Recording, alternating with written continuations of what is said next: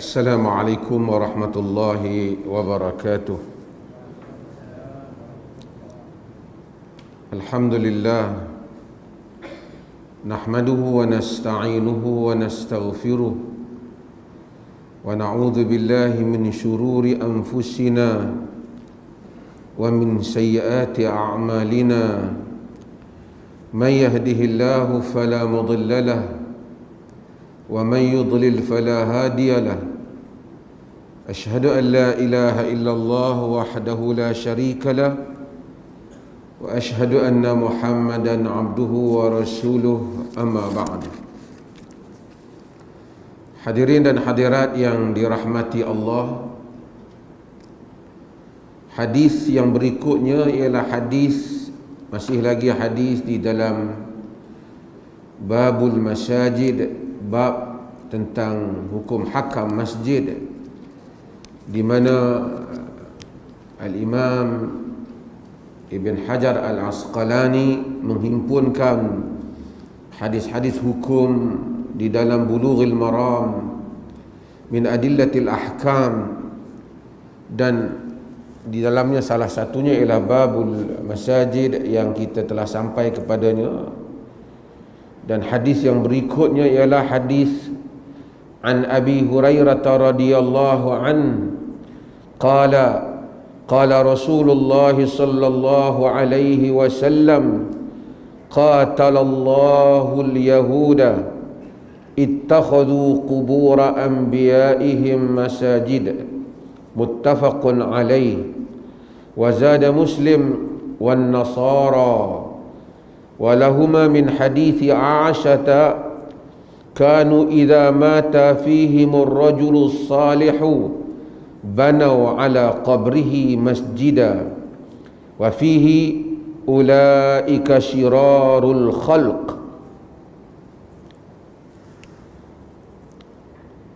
Daripada Abi Hurairah radhiyallahu an, katanya, qala Rasulullah sallallahu alaihi wasallam, bersabda Rasulullah sallallahu alaihi wasallam, qatalallahu al-yahud ittakhadhu qubur anbiya'ihim masajida. Allah qatala asalnya perang ataupun qatala bunuh, qatala di atas dasar mufa'alah, musyarakah, tapi dalam konteks ayat Arab ni maksud Allah melaknat atau Allah menjauhi rahmat ataupun Allah membinasakan, yakni satu doa supaya Allah mengambil tindakan menjauhi rahmat dan petunjuknya. Qatalallahu al-yahuda, siapa? Kepada Yahud. Kenapa? Ittakhadhu qubur anbiya'ihim masajida, kerana mereka mengambil kubur-kubur para nabi mereka sebagai masjid. Yakni mereka jadikan kubur-kubur itu tempat upacara salat, tempat mereka memakmurkannya, seperti mana mereka memakmurkan masjid. Hadis ini muttafaqun alaih, diriwayatkan oleh Al-Bukhari dan Muslim. Kata Al-Hafidh Ibn Hajar yang demikian itu, jika sesiapa menyamak Sahih Muslim, ialah di dalam riwayat Muslim wazada Muslim menambah wan nasara, dan nasara, yakni qatalallahu al-yahuda wan nasara ittakhadhu qubur anbiya'ihim masajida. Allah melaknat Yahud dan Nasara yang mana mereka menjadikan kubur-kubur para nabi mereka sebagai masjid. Itu satu hadis daripada Abu Hurairah, dan hadis ini tentang Nabi sallallahu alaihi wasallam melaknat orang-orang yang menjadikan kubur para nabi, termasuk kubur baginda sallallahu alaihi wasallam, sebagai masjid.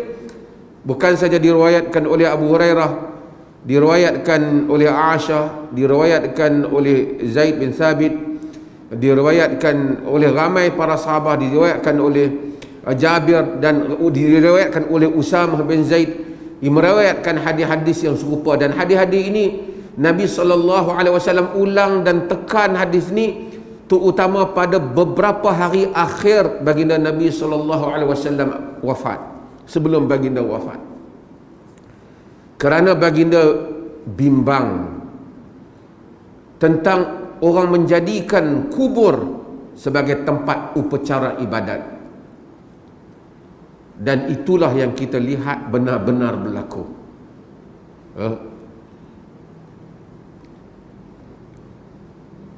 Walahuma min hadis Aisyah, bagi Bukhari dan Muslim itu ada hadis Aisyah, katanya Nabi sabda, kanu idza mata fihimur rajulu salihu banau ala qabrihi masjidah. Mereka itu apabila mati di kalangan mereka lelaki yang saleh, mereka buat di atas kuburnya masjid. Dia kata ulaika syirarul khalq, mereka itu seburuk-buruk makhluk. Dalam sebahagian riwayat wasawwaru fihi tilka suwar, dan mereka akan melukis padanya gambar-gambar tersebut. Hadis ini ialah respon Nabi SAW kepada cerita Ummu Habibah, isteri Nabi SAW, Ummu Habibah anak Abu Sufyan, yang mana dia telah berhijrah ke Habasyah, dan juga bersama dengannya ialah Ummu Salamah yang juga berhijrah ke Habasyah. Kita tahu bahawasanya Nabi SAW semasa di peringkat Mekah, apabila tekanan yang dilakukan oleh Quraisy begitu dahsyat, sebahagian sahabat berhijrah ke Habasyah. Kerana Habasyah walaupun negaranya Kristian, tetapi rajanya adil. Fa inna biha malikan la yadhlimu indahu ahada. La yadhlimu indahu ahada. Kerana dia adalah seorang raja yang tak menzalimi rakyatnya, iaitu Ashamah. Najasyi gelaran raja Habasyah, namanya Ashamah. Jadi para sahabat berhijrah ke sana, Nabi tidak berhijrah. Sebahagian sahabat pergi ke sana, termasuklah Ummu Habibah dan Ummu Salamah. Ummu Habibah dia lari daripada tekanan Quraisy, dia ikut Nabi, sedangkan dia adalah anak pemimpin utama Quraisy, siapa dia? Abu Sufyan. Pak dia lawan Nabi, anak dia sokong Nabi. Dia berhijrah dengan suaminya, dan dalam sebahagian riwayat Badillah bin Jahsh dikatakan tanassar, menganut Kristian. Perbincangan panjang tentang isu ini. Dan kemudian Ummu Habibah tanpa suami. Nabi SAW meminang Ummu Habibah ketika dia berada di Habasyah. Dan Najasyi yang namanya Ashamah, Najasyi itu gelaran, namanya Ashamah, menganut Islam secara rahsia. Dia raja, Maharaja Habasyah, dan dia yang telah membayar mahar Ummu Habibah. Nabi pinang tu, mahar tu Najasyi bayar. Apabila mereka balik berjumpa dengan Nabi SAW setelah pulang daripada Habasyah, Nabi dah berhijrah ke Madinah. Nabi asalnya di Mekah, mereka pergi ke Habasyah, ke Ethiopia ataupun ke Abyssinia. Nabi SAW berhijrah ke Madinah. Bila mereka balik, mereka tak balik ke Mekah, mereka pergi ke Madinah. Bila mereka berjumpa dengan Nabi, orang-orang yang ada di Habasyah ni, Nabi sering tanya mereka, apa yang kamu tengok di Habasyah? Tak adalah mereka kata snap gambar Rasulullah ni, ada juga gambar saya duk ambil. Tak adalah masa tu. Kok dia buat grup WhatsApp ambil gambar tengok, tak ada. Zaman tu semua maklumat melalui periwayatan, riwayat, narration, melalui periwayatan. Apa yang dia ceritakan. Jadi mereka cerita pada Nabi SAW, mereka tengok gereja yang namanya Maria.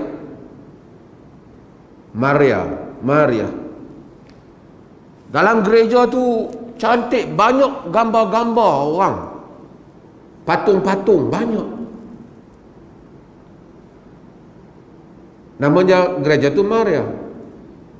Nabi SAW kata, ulaika idza kana fihimur rajulu salih, dalam sebahagian riwayat, famata banau ala qabrihi masjidah.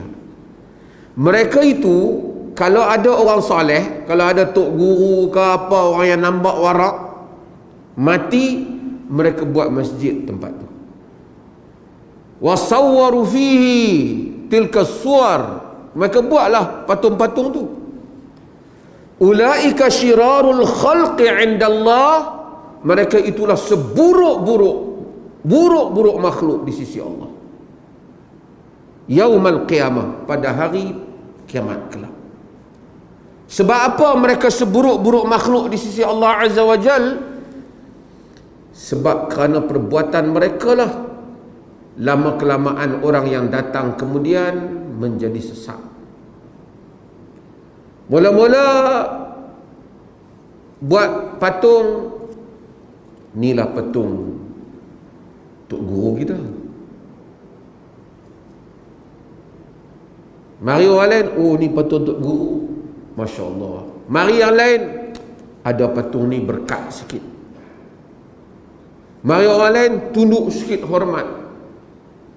Lama-lama orang sembah, lama-lama orang doa. Kerana ada orang mula.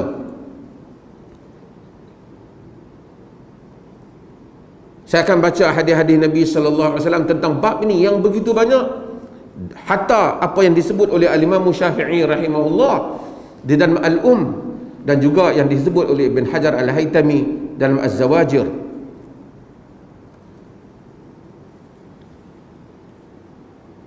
Benda-benda seperti ini, syaitan dia cuba menghasut manusia.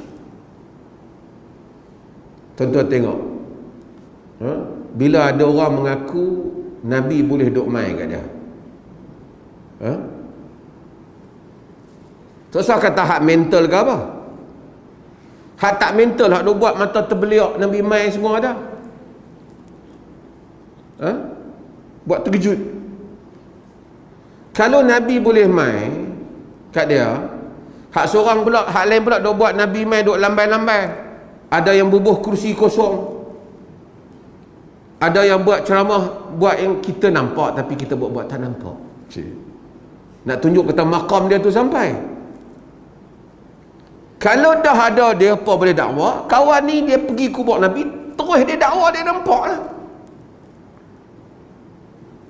Dia nampak. Sebab ada yang mula. Sebab ada yang mula. Oh, mereka akan nakal kata Suyuti kada wa kada, fulan kada. Para muhaqqiqin, apa yang An-Nawawi sebut, kenapa tak ambil Imam Nawawi? Kalau tidak kau mazhab Syafi'i. Apa yang sebut Ibn Hajar Al-Asqalani sebut, kenapa tak nukut dia? As-Suyuti dia sebut tu, banyak perkataan Suyuti di samping kita hormat dia, tetapi perkataan dia As-Sakhawi mengkritik As-Suyuti dalam masalah ini dengan kritikan yang dahsyat. Bukan semua hendak ditelan.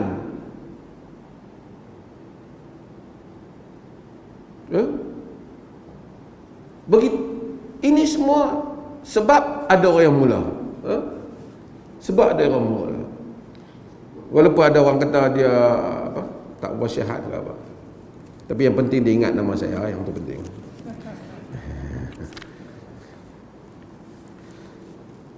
Kalau kita baca hadis-hadis Nabi SAW di dalam bab ini, bab larangan menjadikan kubur sebagai masjid. Sekali kita bincang apa maksud larangan menjadikan kubur sebagai masjid. Hadis-hadis Nabi SAW terlalu banyak. Antaranya ialah hadis Jundab bin Abdullah Al-Bajali. Dia menyatakan bahawasanya dia mendengar Nabi SAW qabla an yamuta bi khams, sebelum 5 hari sebelum wafat. Nabi sebut, antara yang Nabi sebut, Nabi kata, ala wa in man kana qablakum kanu yattakhiduna qubura anbiya'ihim wa salihihim masajid fala tattakhidul qubura masajid fa inni anhaakum an dhalik. Nabi kata, kamu kena tahu, jaga-jaga, sebelum daripada kamu ni dah ada orang yang mengambil kubur para anbiya dan orang soleh sebagai masjid, sebagai tempat duk main tumpu ibadat. Tolong tuan boleh tengoklah, pergi dalam internet, banyak yang tawaf, yang apa. Yang menariknya, Nabi kata, fala tattakhidul qubura masajid, jangan ambil kubur sebagai masjid. Fa inni anhaakum an dhalik, aku larang kamu jangan buat yang tu, kata Nabi sallallahu alaihi wasallam. Hadis Muslim.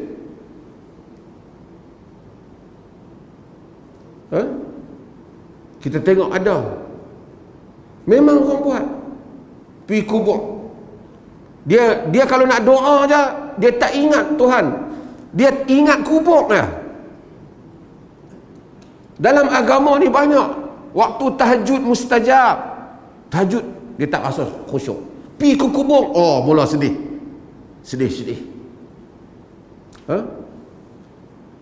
Cari kubur sana, kubur sini. Nabi bagi amaran tu, hal tu akan berlaku. Ada orang baca hadis ni, dia kata ni mesti hadis Wahabi. Dia kata hadis Nabi tu, hadis Nabi. Sebab itu di kalangan mereka tak berapa selesa dengan Sahih Bukhari, Sahih Muslim. Mereka kata, sebab itu yang dia kata mungkin rawi pun dah bohong juga. Pasal apa? Pasal dia tak boleh buat hal-hal ni.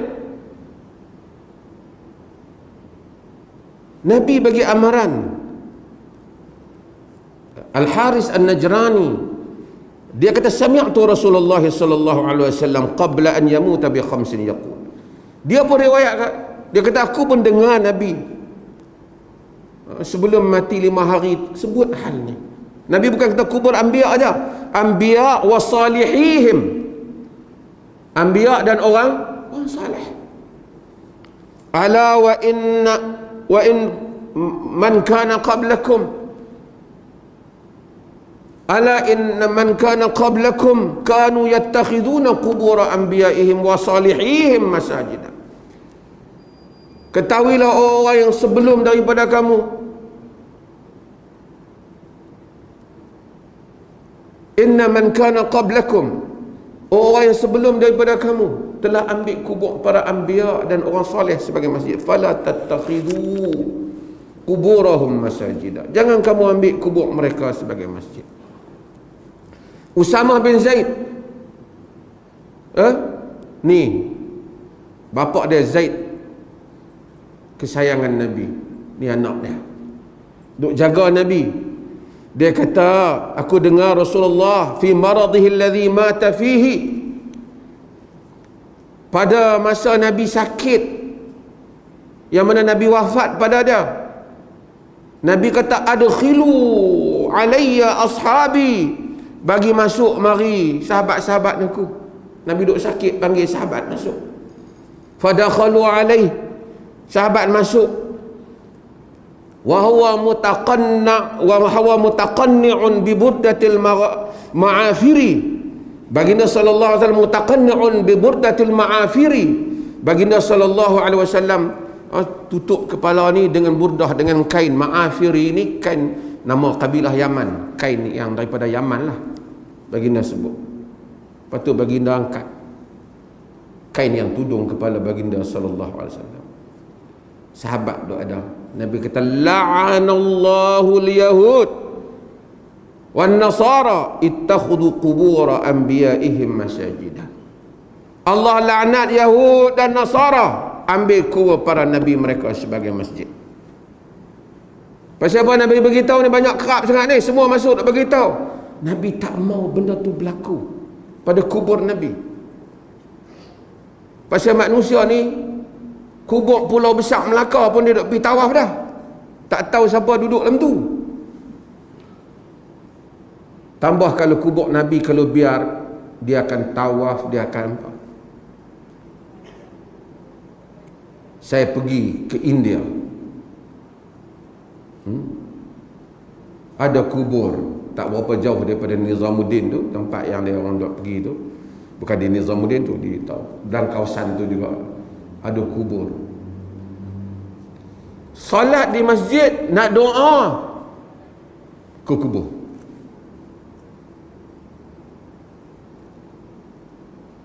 Dia rasa dia jauh.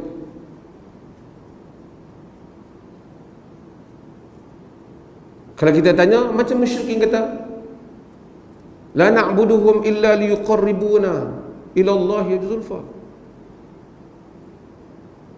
Kami tak sembah mereka kecuali untuk mendekatkan kami kepada Allah saja. Wa ma na'buduhum illa liyuqarribuna ila Allahi zulfa. Kami bukan sembah nak bagi dekat dengan Tuhan. Kita ni jauh. Wali dekat.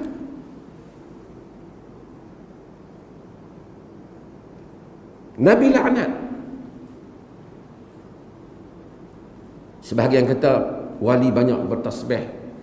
Masa dia hidup ni dia sibuk. Bila dia mati dia tak makan tak minum dah. Lagi dia banyak masa free. Masa tu kita mau pergi jumpa dah. Kan?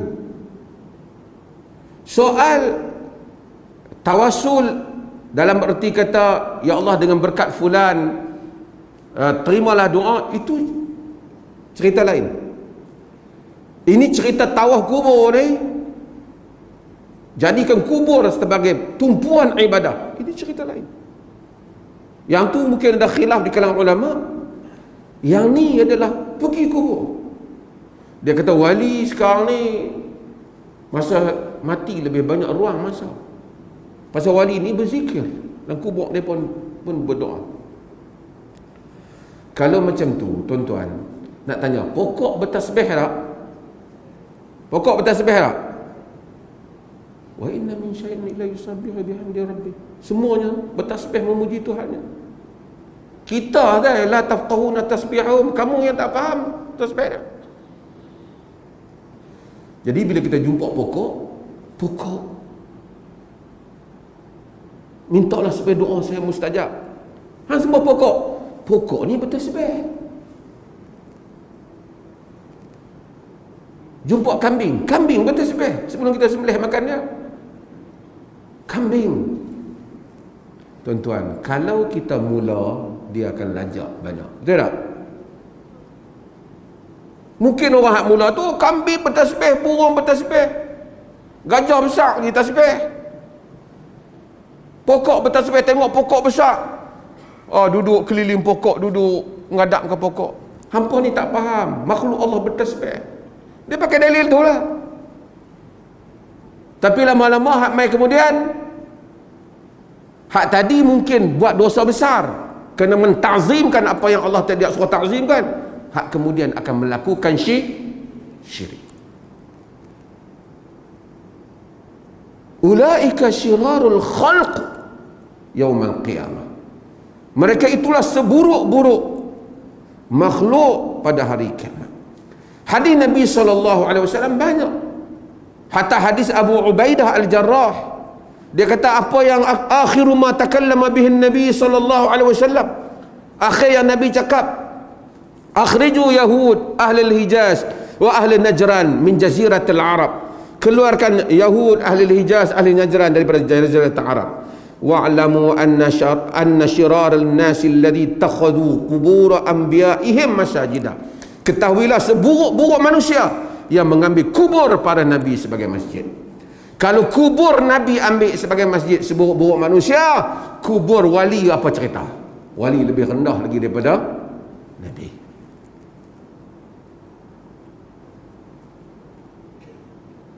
Yang menariknya, hak duk tawaf kubur tu kata, kamilah ahli sunnah. Lagi kita jam. Terang-terang menyanggahi sunnah. Terang-terang menyanggahi sunnah Nabi SAW. Dan inilah Banyak riwayat. Abdullah bin Mas'ud, dia kata dia dengar yang benda yang sama. Artinya Nabi pesan benda ni kerap. Di dalam hadis yang diriwayatkan oleh Ibn Khuzaimah dalam sahihnya, Abdullah bin Mas'ud kata, Nabi kata, inna syiraran nas man tudrikuhul sa'atu wa hum ahya wa man yattakhidu qubur masjida. Nabi kata seburuk-buruk manusia ni ialah orang yang mana kiamat datang dia masih hidup. Jaga hati. Sebab tu kiamat datang kita jangan dah. Biar kita mati dulu. Ada geng duk seronok, duk tunggu, duk ramal. Weh, nak kiamat, nak kiamat. Konspirasi apa tahu dia duk tunggu kiamat. Dia ingat seronok kiamat. Nabi kata syirarun nas man tudrikuhu sa'atu wa hum ahya. Orang yang apabila kiamat mari dia masih hidup. Buruk. Dan wa man yattakhidu al-qubura masajida. Orang yang mengambil kubur sebagai masjid.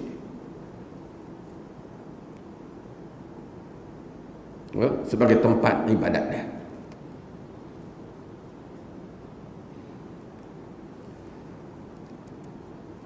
Banyak hadis-hadis yang seperti ini. Para ulama membahaskan apa maksud ambil kubur sebagai masjid. Kalau satu orang tu sembah kubur, minta semua kepada kubur, minta doa pada kubur, tak minta ke Allah dah, minta kat kubur, percaya kuasa kubur, itu adalah kufur.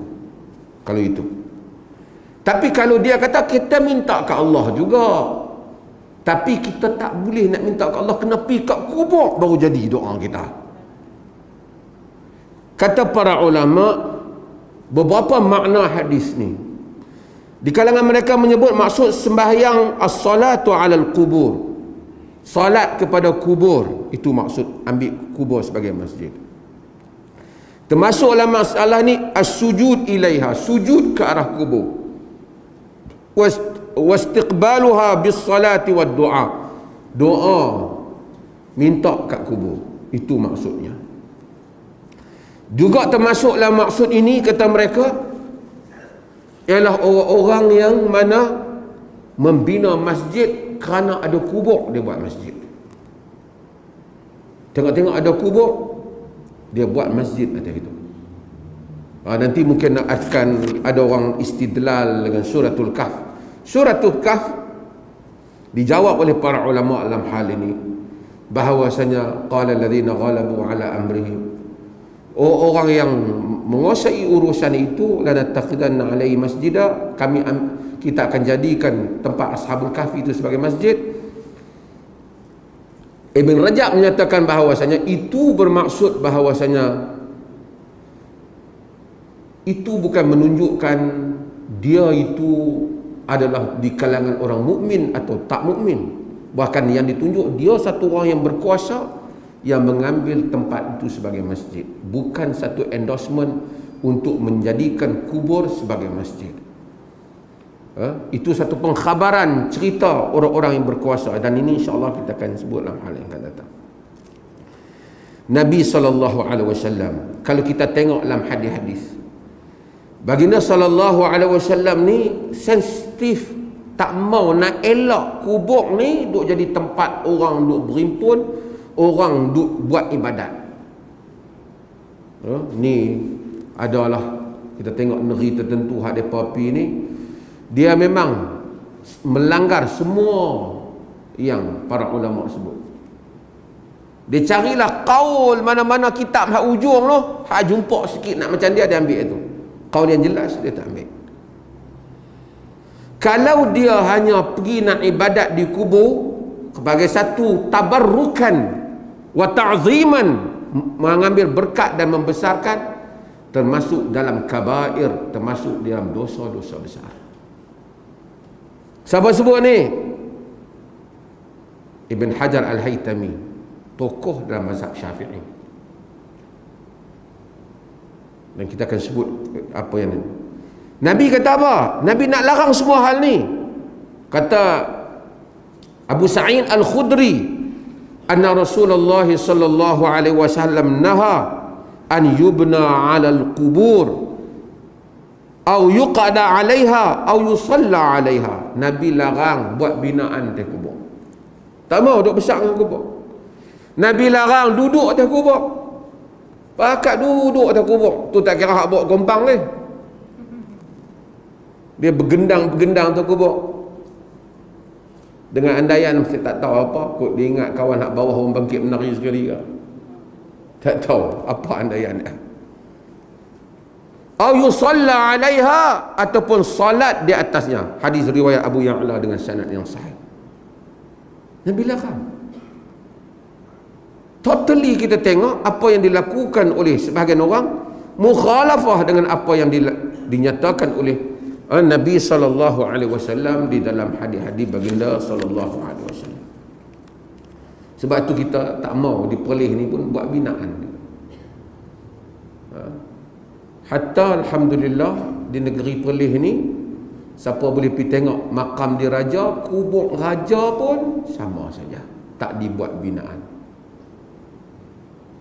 Hak nampak binaan tu bukan kubur, itu dia punya apa?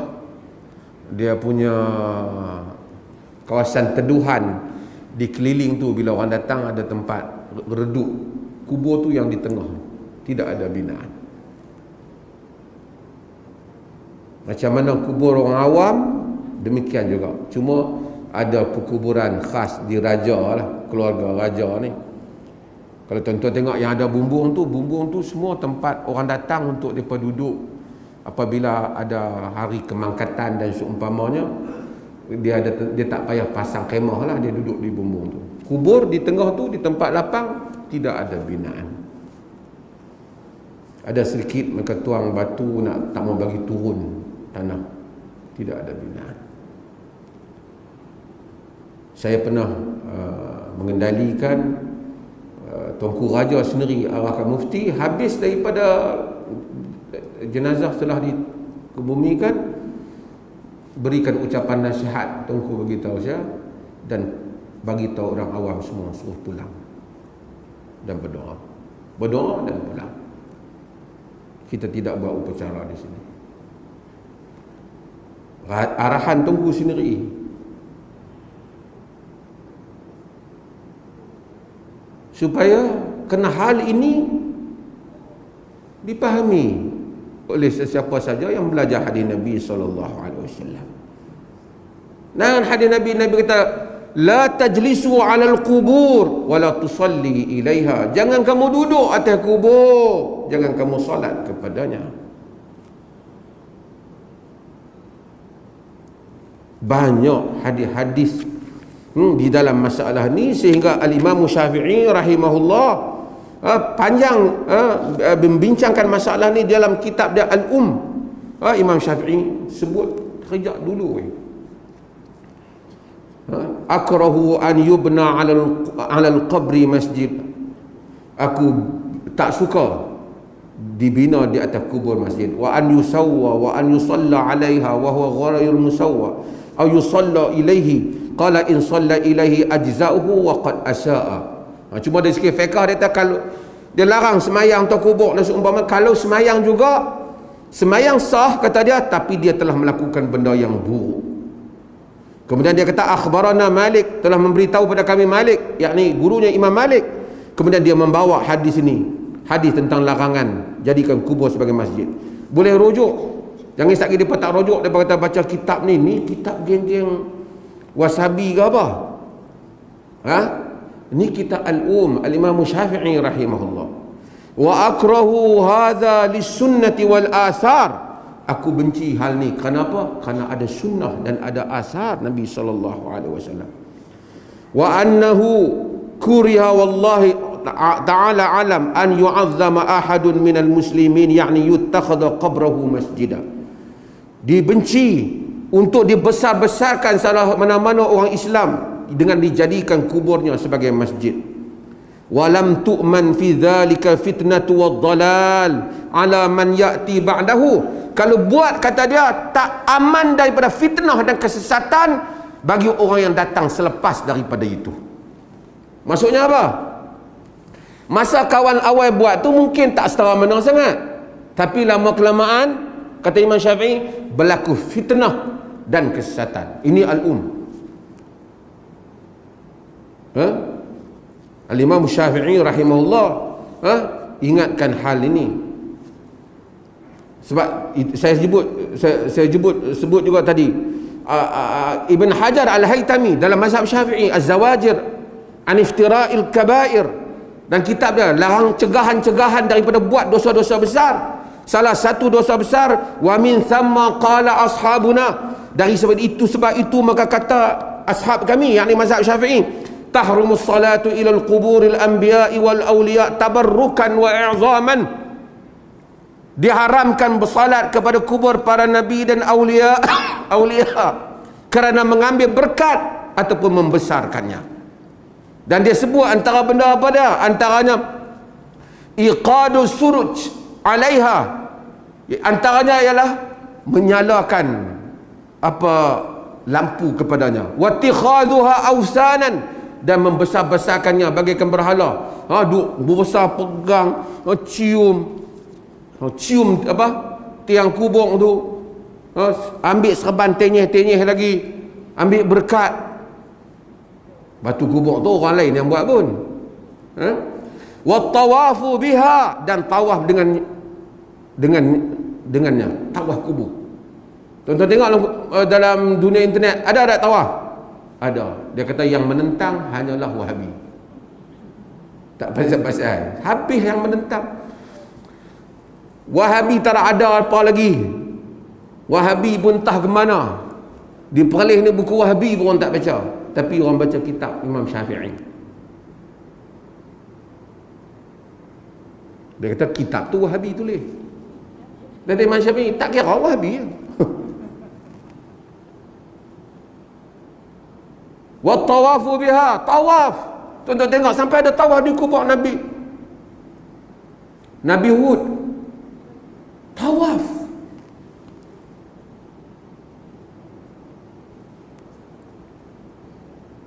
Wastilamuha, ni pegang dia, cium dia, buat macam Hajarul Aswad tu. Wassalatu ilaiha, dan salat kepadanya. Bila hal ni dibuat, dan dulu hal ni kita dah macam tak terpadam di Malaysia ni, kebelakangan ni dia main balik.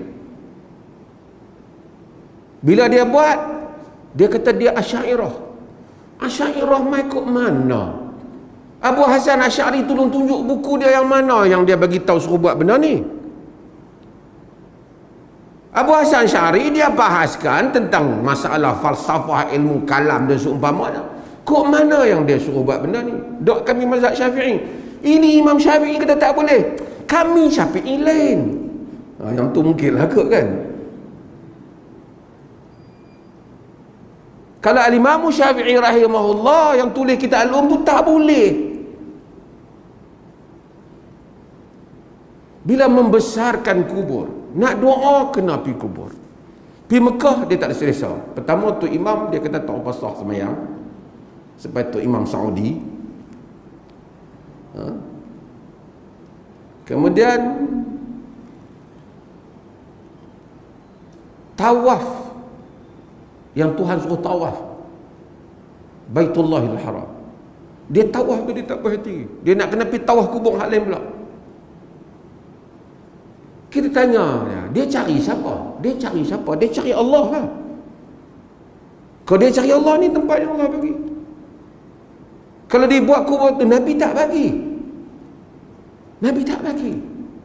Kita tak kata dia kufur selagi mana dia memang menyatakan Allah, cuma dia tabarrukan wa ta'ziman, mengambil berkat dan membesarkan, seperti mana kata Ibn Hajar Al-Haytami, yakni mengambil berkat. Bukan kami sembah kubur, kami nak buat di sini nak ambil berkat. Ini disebut oleh Ibn Hajar Al-Haytami senarai dosa-dosa besar.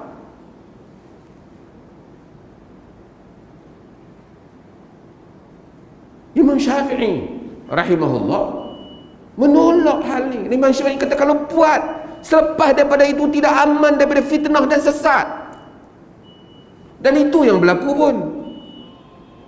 Masa mula awal itu sikit saja, tuan-tuan. Saya pernah cerita, tuan-tuan.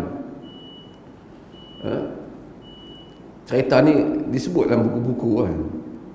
Ada dua orang nakai. Daripada saya pernah cerita aku dia. Mereka duduk naik kaldai dia apa? Kaldai mereka mati. Mereka korek kaldai mereka tanam. Sayang mereka kaldai dia. Buat elok-elok kaldai tu, tempat tu. Mereka buat duduk tepi tu. Kita kata orang lalu, kita habaq kata ni kubur wali. Jadi orang semua lalu lah. Bila lalu duduk, mereka pun buat berdoa situ semua. Mereka kata ni kubur wali. Betul ke? Doa tani lah mustajab. Ada orang mai. Bila orang mai doa, orang bagi duit sikit kat mereka. Lama seorang, dua, lama-lama ramai kot mai. Bolehlah perbesar, bagi elok sikit kubur tu, tapi kaldai ada di situ. Duk collect derma. Collect derma ni depa dua lah token ni. Collect derma, satu hari depa bertengkar. Kawan ni tuduh, kawan ni ambil lebih, kawan ni tuduh, kawan ni ambil lebih. Bertengkar, dia kata kat kawan dia, kalau betul yang tak ambil, jom kita sumpah di kubur wali. Kawan dia kata, hang lupa kubur wali tu kan kaldai kita. Sampai dia sendiri pun lupa dah. Pasal ramai sangat orang duk main. Dan begitulah benda yang berlaku dalam masyarakat. Kubur Abdul Qadir Al-Jilani, berapa tempat? Kubur Sayyidina Husain, berapa banyak? Ashabul Kahf, berapa banyak tempat ada? Sebab itu tidak ada kubur Nabi yang sabit melainkan kubur Nabi kita Muhammad sallallahu alaihi wasallam dan maqam Nabi Ibrahim. Dan kubur Ibrahim Khalil itu lebih kuat dibandingkan yang lain. Yang lain semua orang kata saja. Kubur Nabi Shu'aib ke di Jordan ke siapa? Orang kata. Tak ada bukti riwayat yang boleh disabitkan, melainkan mulut ke mulut mendakwa. Boleh jadi betul, boleh jadi tak betul. Saya pernah cerita tu, saya pergi ke Urumqi, China. Di Urumqi, China pun ada gua kahfi tu. Di Turki ada. Di Jordan ada. Tapi di semua pembinaan-pembinaan ini ada orang di belakang yang collect keuntungan. Bisnes. Saya masih ingat Syekh Dr. Walid Ani rahimahullah, pakar dalam al-fitan wal malahim, cerita-cerita fitnah akhir zaman. Dia kata dia pergi tengok Sirdab, tempat yang kata Imam Mahdi akan keluar di Iraq. Syiah percaya satu tempat lubang, dia duduk tunggu Imam Mahdi nak keluar, dia duduk ramai duk ambil berkat tempat tu. Ambil. Dia kata dia tanya kawan tu, betul ke Imam Mahdi nak keluar lubang ni? Kawan nak duk jaga tu. Dia kata tak keluar. Tak keluar. Habis tu hang duk tunggu. Tak keluar. Aku kalau nampak dia keluar pun aku katok dia jangan pergi keluar. Dia cerita kat kami dalam kuliah. Dia kata pasal apa nak ketok dia, hang duk percaya. Kalau dia keluar, tak ada bisnes lah sini. Habislah. Sebelum dia keluar baru ada bisnes, dia keluar habis. Jadi aku jangan bagi dia keluar. Macam itulah kata dia, di sebalik semua hal-hal yang seperti ini ada orang yang membuat keuntungan. Yang walaupun dia nampak wallah wali semua ni, bisnes, lebih kepada urusan bisnes. Tuan-tuan tengok hak kawan nak duduk di kubur apa. Bisnes lah, last kali kita tengok, oh dia ni jujur. Belilah minyak wangi saya yang telah diletakkan mengambil keberkatan kubur sekian-sekian. Bisnes. Awal tu ahli sunnah kot ni, hujung dia bisnes. Tuan-tuan tengoklah, tuan-tuan boleh tengoklah semua hak kot ni, hujung dia bisnes. Hujung dia bisnes. Ya? Wallahu ta'ala azan.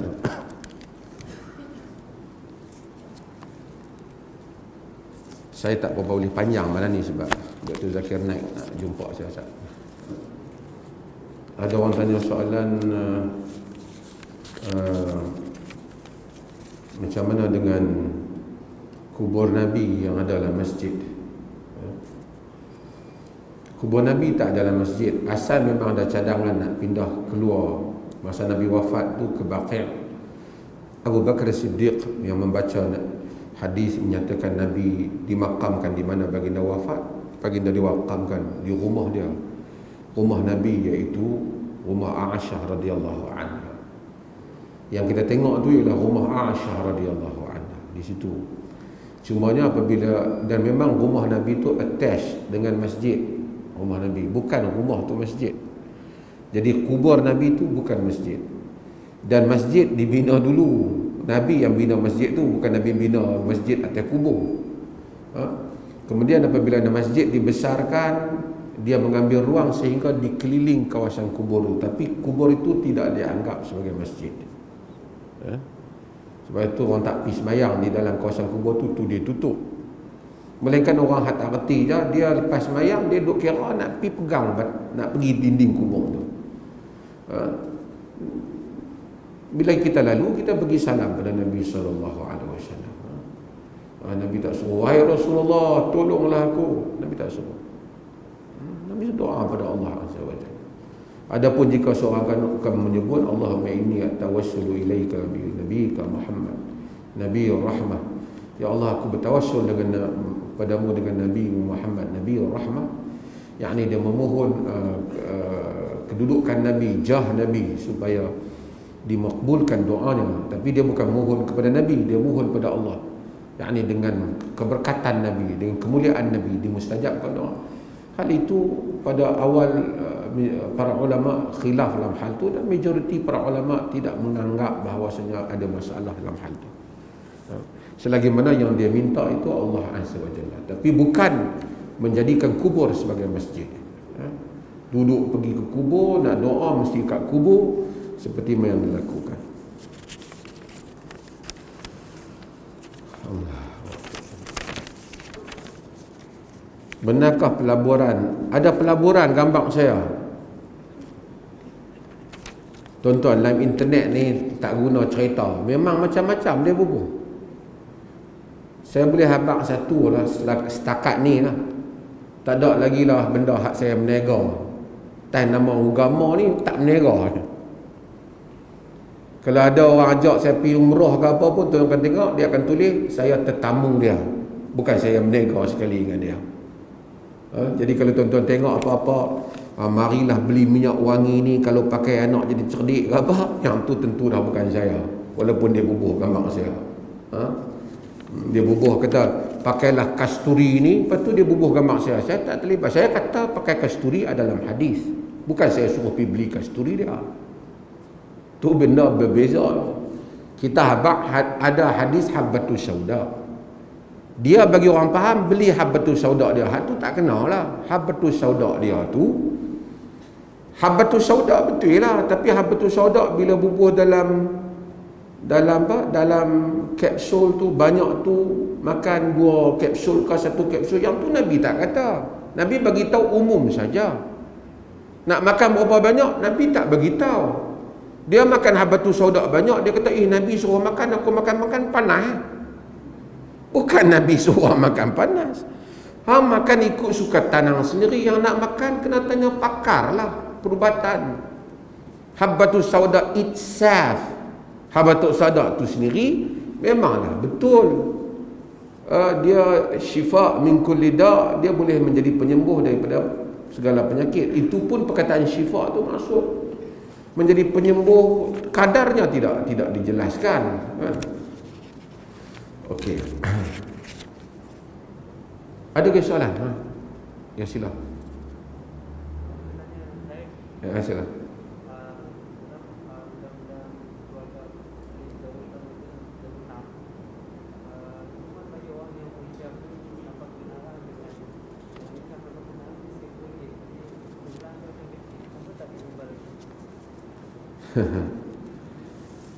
Kebenaran poligami itu RM1,000 hukuman, jumlahnya macam kecil, nak denda lebih lagi. Biarlah dia nikah. Kalau boleh kita tak mau bagi denda kat dia. Nah, biar dia nikah. Kita hukum yang suami yang cuai lah. Nikah tu tak apa, dia nak nikah kan. Dia boleh ni asalnya mudah urusan kahwin ni. Dia tak perlukan syarat kepersetujuan isteri yang pertama. Cumanya kalau pihak pengurus, pihak pentadbiran agama ragu-ragu, dia kena ambil satu kepastian lah. Sebab itu kena pergi ke proses mahkamah itu untuk memastikan dia ni memang cukup lah duit dia nak kahwin. Kod isteri yang pertama pun tak bagi makan, tiba-tiba nak tambah lagi satu, tak padan lah. Itu yang ada sedikit proses kan. Tapi nak denda orang kahwin RM1,000, asalnya tak patut denda lah kan, asalnya. Tapi urusan pentadbiran bukan denda, dia proses itu dia kena bayar. Kalau dia yang ada ialah apabila dia kahwin tanpa minta izin, itu. Kita ni kalau boleh orang nak kahwin ni nak bagi senang lah kan. Dia langkah pergi kot Siam tu senang sangat. Dia patah balik mai kat sini jadi payah tak badan lah. Cumanya nak bagi senang sangat pun nak kena pasti juga. Hak duk ada pun menikah tak, anak pun tak bagi makan, sekolah anak kelang kabut, nak nambah lagi satu. Yang tu mahkamah nak kena cek jugalah untuk adil kepada kedua-dua belah pihak. Itu datangnya siasatul syariah. Siasat syariah. Ketika sambutan hari OKU, saya ada terbaca satu jurnal sikap Rasulullah menyantuni OKU.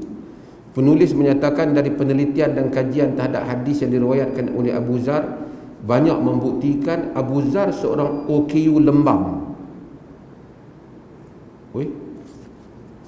Rasulullah selain terangkan hal agama dan dunia secara lurus bendul kepada Abu Zar, menjerit di Mekah memberitahu dia Muslim sehingga dipukul sampai pingsan. Permohonannya untuk memegang jawatan ditolak. Ini andaian dia lah, andaian dia. Sebab tu dia kena baca keseluruhan hadis. Abu Zar sebelum dia datang jumpa Nabi, dia telah hantar adik dia untuk report tentang orang yang telah menyatakan dia Nabi ni. Kalau jenis lembam, orang kata apa pun dia tak peduli. Ni dia hantar adik dia pergi siasat orang yang mengaku jadi Nabi. Adik dia balik bagi report tu dia tak puas hati, baru dia sendiri datang. Bila dia sendiri datang tu, dia tunggu nak jumpa Nabi tu satu peringkat ke satu peringkat, sehingga dia dapat jumpa Nabi dalam keadaan Nabi bersembunyi ketika itu, menunjukkan dia tak lembam. Cumanya dia satu orang yang berani. Dia dulu adalah perompok. Dia telah merompok. Dengan seorang dia pun dia boleh rompok orang, dengan 3 orang dalam rekod dia. Lembam mana rompok, lembam orang rompok dia. Dia perompok Abu Zar ni. Walaupun perompok, tapi dia tak percaya pada berhala, dia percaya Tuhan yang satu. Tapi dia sebab tu dia suku Ghifar. Sebab tu apabila dia mereka pukul Abu Zar, Al-Abbas bagi amaran kepada mereka, hampa semua cari pasal kah? Hampa tahu dia ni siapa? Ni daripada suku Ghifar. Hampa dalam perjalanan nanti suku Ghifar akan ambil tindakan pada hampa. Dia perompak Abu Zar. Dia dulu kerja dia perompak. Sebab tu nak bagi pandangan tu boleh baca 1-2 teks, tak boleh bagi pandangan. Kadang-kadang pakai motivasi ni saya cadang. Tak usah duk buat ijtihad hadis ke Quran, jangan duk buat lagi. Kadang-kadang mereka tak boleh bahasa Arab, mereka buat kesimpulan terhadap nas teks. Teks terjemahan tak sama dengan teks original teks. Kita baca tulisan Shakespeare in Malay, translated. Shakespeare tulis apa? The Machine, tulis dalam English. Kita baca, lepas tu kita buat kesimpulan, tak boleh. Kerana teks dia tu mungkin maksud macam lain. Ada benda dalam teks halus, maksud yang tersirat, sometimes very subtle. Kita buat kesimpulan kita hanya boleh buat kesimpulan yang orang simpul dah.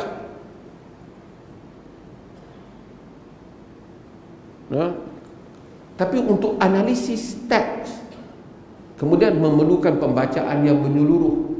Ramai orang dia baca satu teks, dia buat kesimpulan. Tak boleh, kena baca seluruhan teks yang berkaitan. Mungkin satu teks tu kita faham macam kita faham A, tetapi teks itu yang kita faham tu di dalam konteks tertentu dia dipahami begitu. Dalam konteks yang lain keadaannya lain. Kita kena tahu Nabi bila bagi command, bagi arahan, bagi order, bukan adakah semua keadaan dia bagi order macam tu, ataupun tengok hadis lain dia bagi order macam lain, menunjukkan ada teks, ada konteks dia yang tertentu. Bila kita tak faham tu, itu yang anggap Nabi ni sentiasa pakai serban, duduk belah ni, berjalan, itu. Jadi dia hilang. Dia tak tahu Nabi ni bukan sentiasa duduk berjalan dia. Kadang-kadang naik bukit, kadang-kadang pergi perang, kadang-kadang pergi pasar, kadang-kadang berlumba, kadang-kadang menunggang kuda. Kalau Nabi jenis jalan elok, pakai serban kemas macam tu je, kita telah memberikan satu gambaran yang kurang tepat terhadap keseluruhan kehidupan Nabi. Kalau kita kata kita ni pakai ini pakaian Nabi pada waktu-waktu tertentu. Nabi ada pakai jubah Arab Hijaz, ada pakai jubah Yaman, ada pakai jubah Syam. Jangan kita baca satu hadis jubah ya, kita terus buat kesimpulan jubah Nabi. Salah. Itulah dia panggil perlunya isti'ab, dia comprehend, kepahaman yang menyeluruh terhadap teks-teks yang ada di dalam riwayat. Wallahu ta'ala alam. Sallallahu ala nabiyina Muhammad walhamdulillah rabbil alamin. Ya.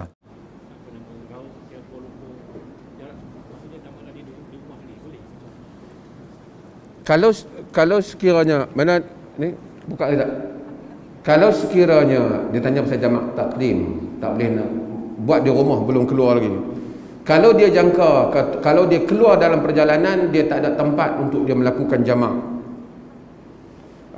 atau solat, maka dia solat dulu di rumah dia. Waktu telah masuk, dia solat jamak di rumah dia jamak tanpa qasar, dan dia boleh meneruskan perjalanan, khususnya bagi kaum wanita yang sukar untuk apabila mereka dalam perjalanan nak buka tudung dan seumpamanya.